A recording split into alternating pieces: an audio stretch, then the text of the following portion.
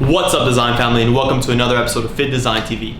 On today's episode, we'll be looking at how to measure out your sportswear athletic wear for fitting purposes. We'll be splitting up this mini series into two different episodes, one for menswear and one for womenswear. Welcome to FittDesign TV. On this channel, we'll explore what it takes to make it as an activewear fashion brand, whilst providing tips, tricks, and actionable steps towards starting your own product line. Whether you're an entrepreneur looking to start your own brand or just someone interested in fitness fashion, there's something for you here. Without further ado, why is sportswear and the way that we fit it so important? Sportswear is all about fit, how a garment reacts to your body, how it moves with you, so understanding the baseline measurements for your garment is key. And I want to preface this by saying that these measurements will be technical or half measurements. They won't be consumer focused measurements, so they won't be measured on body. They won't be circumference measurements, for example, hip circumference, waist circumference, bust circumference. That's another video for another day.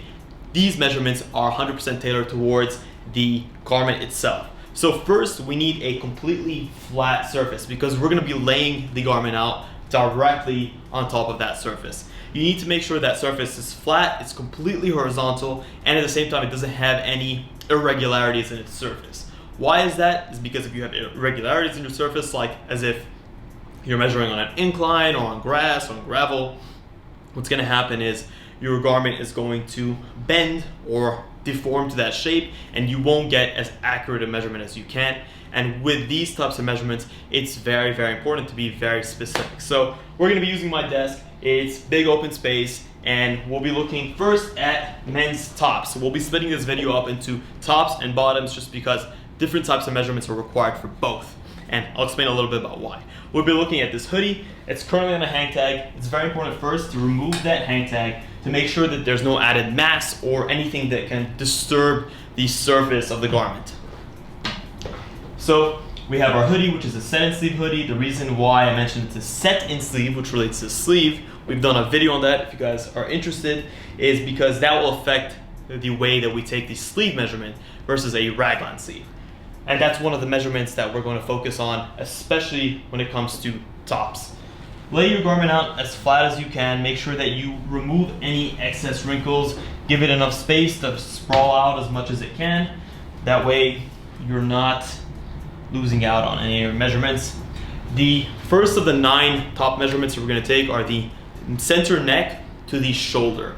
And that measurement only applies to the set-in sleeve where you have a shoulder length or shoulder piece, because you have your main body pattern and then you have your shoulder that attaches, as opposed to with a raglan sleeve where your sleeve pattern merges with your shoulder pattern. It's a singular pattern piece.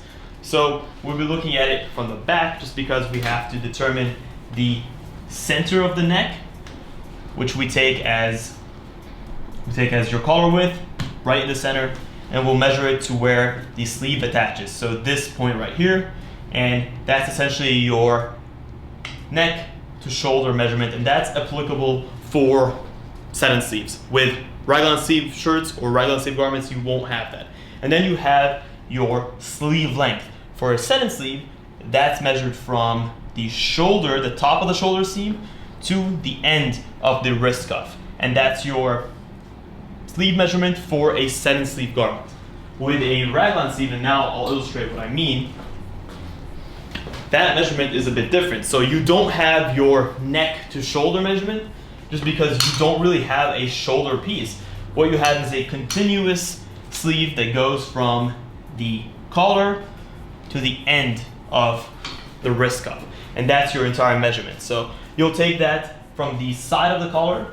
This is essentially equivalent to the sleeve length measurement that we took on the set-in sleeve hoodie a while ago. That goes from the top of your shoulder to the end of your wrist, and that's the same thing over here with a raglan sleeve, where it goes not from the top of your shoulder, but from the edge of the collar to the bottom of the wrist. And that's essentially how we take that measurement for both raglan sleeves and set-in sleeves. Next, we'll be looking at your shoulder to shoulder measurement. And that measurement is, again, only applicable for set-in sleeve garments. It's getting a little bit complicated here, but it's very important. And I mentioned set-in sleeve and raglan sleeve because they're both heavily used sleeve types in sportswear and activewear, so they're not something that you can avoid. You'll be looking at your shoulder to shoulder measurement, again with your garment completely laid out flat. Your shoulder to shoulder measurement are from the top of your shoulder from the left side to the top of your shoulder from the right side, measured completely horizontal. You're not going around, you're measuring from straight from point A to point B. There's no perimeter measurements, it's straight from point A to point B. That's your shoulder to shoulder, as well, a very important measurement that gives the breadth of the shoulders on the garment and will allow you to really widen out the shoulders. So understanding your shoulder to shoulder measurement and how that relates to the fit you want is essential. It's one of the key measurements that we're going to be using in sportswear. It just creates a much more athletic and tapered look. If you look at a lot of tailored or European garments, the shoulder to shoulder measurements is one of the main things that they base their actual garment on. Next, we'll be looking at your chest. Your chest is also very, very, very important, and your chest is the same for both raglan sleeve and sentence sleeve. It's measured from where your arm sleeve attaches to your main body sleeve in the armpit region. So in your armpit area, from armpit to armpit, that's your half chest. So why we mention it as half is because it's not actually your full chest circumference. If you look at, and again, this relates to what I mentioned at the beginning, if you look at consumer websites like Gymshark, you look at their sizing chart, you'll notice that the measurements are around double or 2.2 times what we mentioned here, and that's because those are full measurements and these are half measurements, so they're more technical measurements. That's pretty much the difference, and this accounts for no one wearing the garment, and that's why we do it this way.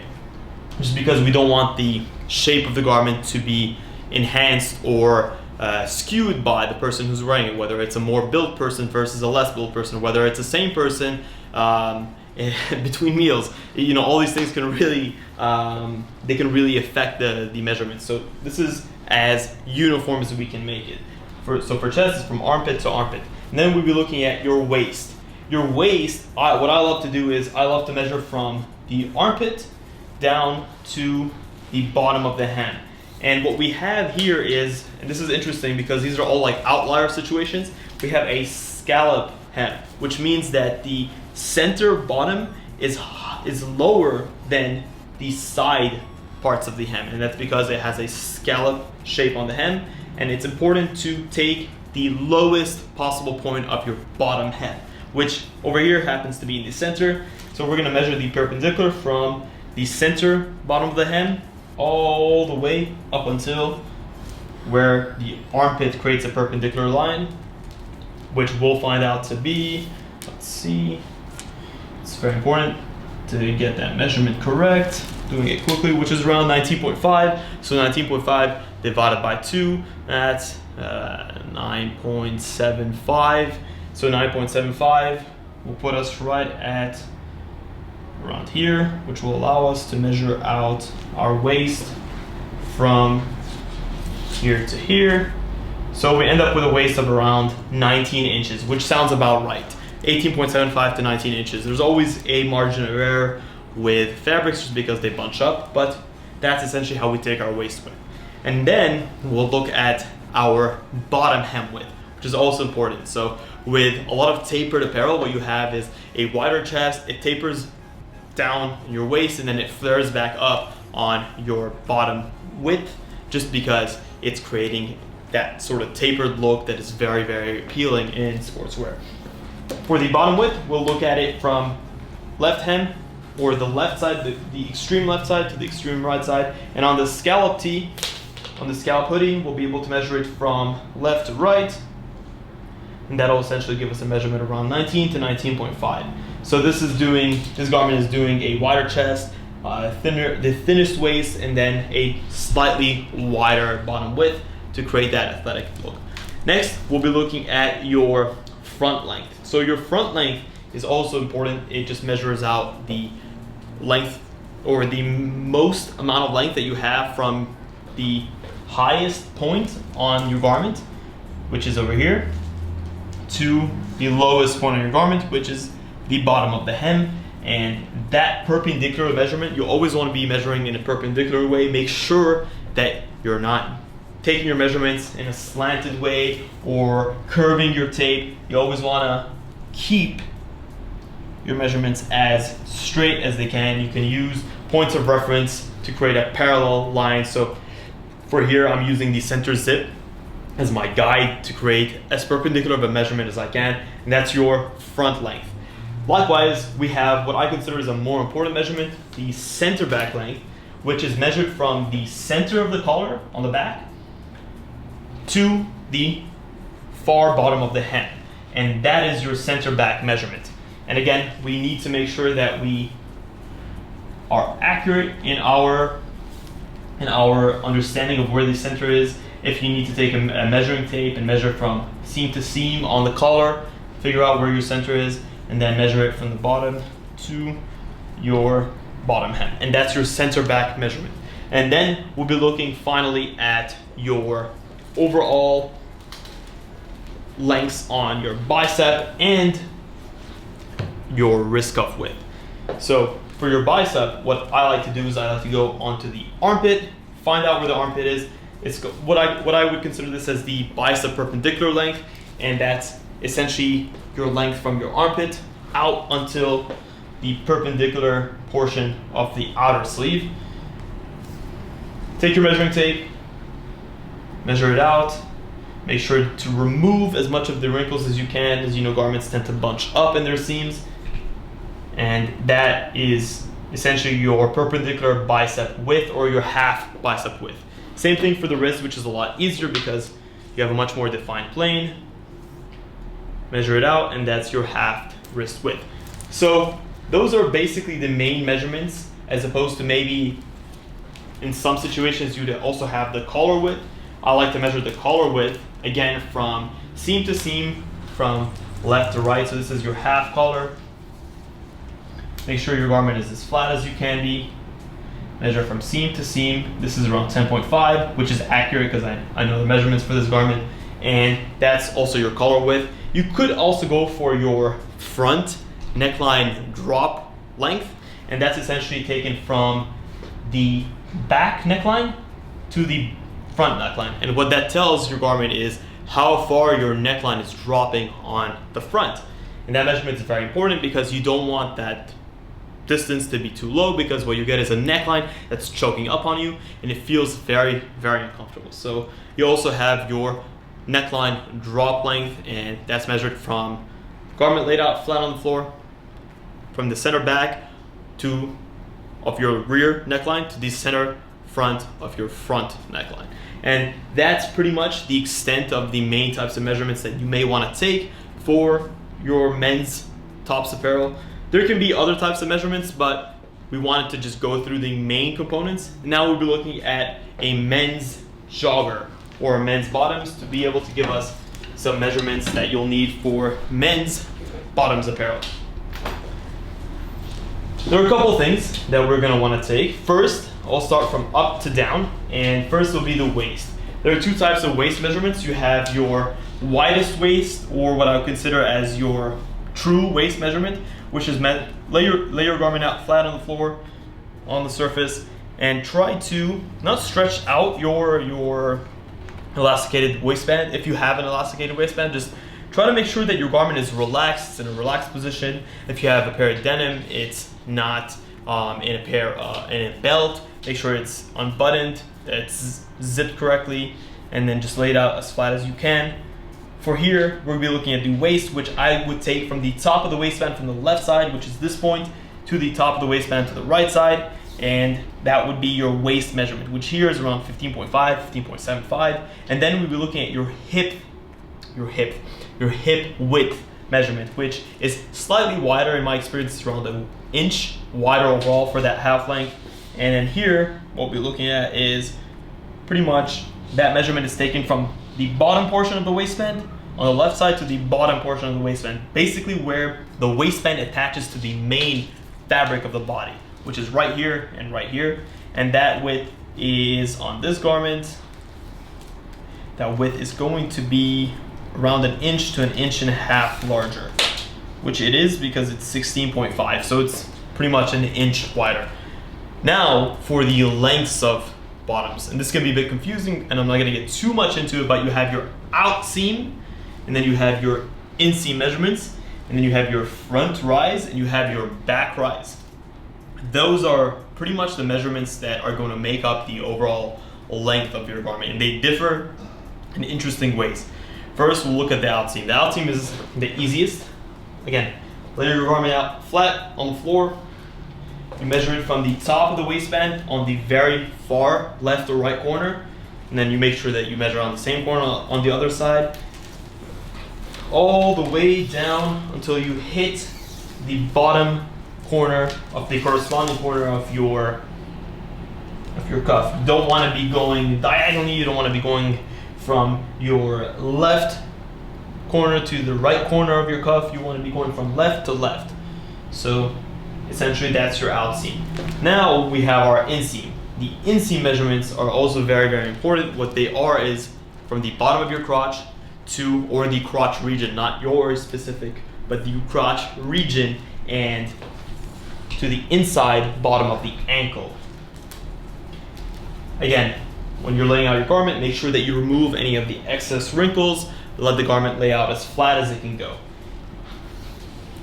From the bottom of the crotch to the outside of the ankle, and that's your inseam. Now we'll have our rise. The rise is essentially the measurement, and it differs from the front to the back. It's essentially the measurement from the crotch to the top of your waistband. If you notice, the waistband here, the front part of the waistband is doing this little C shape where it's dipping shorter than the back of the waistband. One would think that when you lay out a pair of trousers, what you get is this perfect line, like you would think of this box. If you were to draw pants, your first predisposition would be to draw pants like straight on the top, and then these two straight legs, and then like that. But that's really not how garments are fitted, because that's not how humans are fitted. We have a bit more mass in our rear region, so what ends up happening is we have more fabric to compensate, to fill out that part, so that we're not getting the backs of our garments slipping down.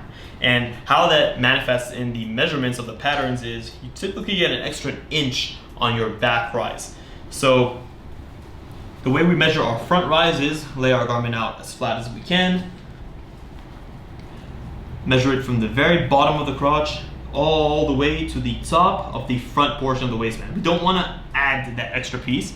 We want to measure it to the front portion of the waistband. This is around 13 inches, which sounds about right. And then for the back rise, conversely, what we'll do is we'll lay the garment out as flat as we can.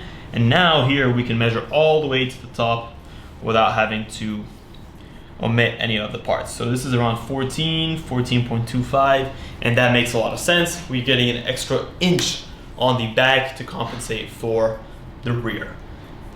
Next, we'll be looking at two main measurements that we'll look at, which are the half thigh width and then the calf width.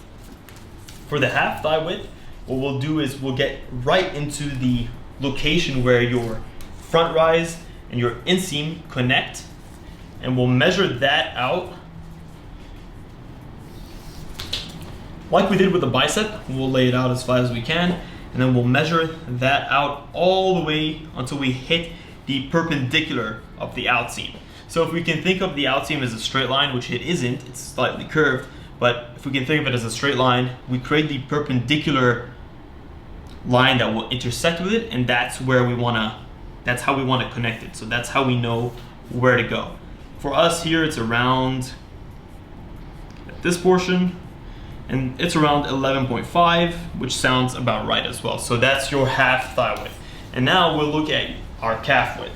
There are two ways to take your calf width. The conventional way is to go down 13 inches from the bottom of the crotch. So find the crotch, 13 inches, and that's sort of where your knee placement is. That's where we want to take the calf portion. Over here, that's 8 inches wide. Again, using that perpendicular method, assuming that your outseam is a straight line, and finding where your perpendicular would lie. And why we do it this way is to keep things consistently, because the fabrics curve differently on different patterns, on different overall garments, and we want to make sure that we use the same consistent method. Or likewise, you can do it from the bottom, which is the way that we prefer. Measure up 10 inches. And you pretty much land on more or less the same location. And you end up with, well, 7 inches here. So it depends on the method you want to take. The more universal method is to go from the crotch down 13 inches to hit the knee line, and that's where you would take that measurement, or the kind of calf leg opening measurement. And then your last is your ankle width measurement, which you would take from the bottom of the calf or the cuff, from the left side to the right side, going from the extremes, and that's around 4 inches, 3.75 inches. And with those three measurements, you've gotten your thigh, your calf, and your bottom. You've basically given your garment enough structure that it needs to taper or to give a straight leg cut. What you'll find with jeans, especially with denim, they definitely have different cuts. So a tapered cut will have a bigger thigh, it'll have a tapered calf area, and then it'll have a, let's just say, a ankle opening that is even smaller than the calf half width.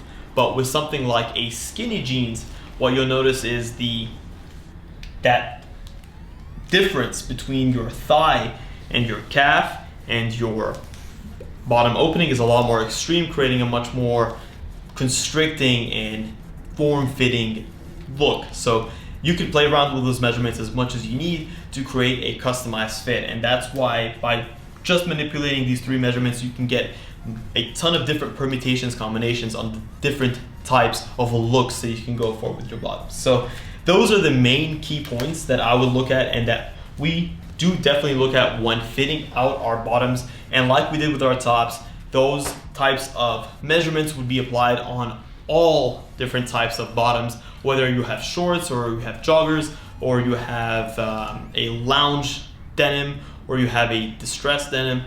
All of those different types of bottoms will still adhere to the same sets of measurements that you would have for a pair of joggers. So that's a universal look.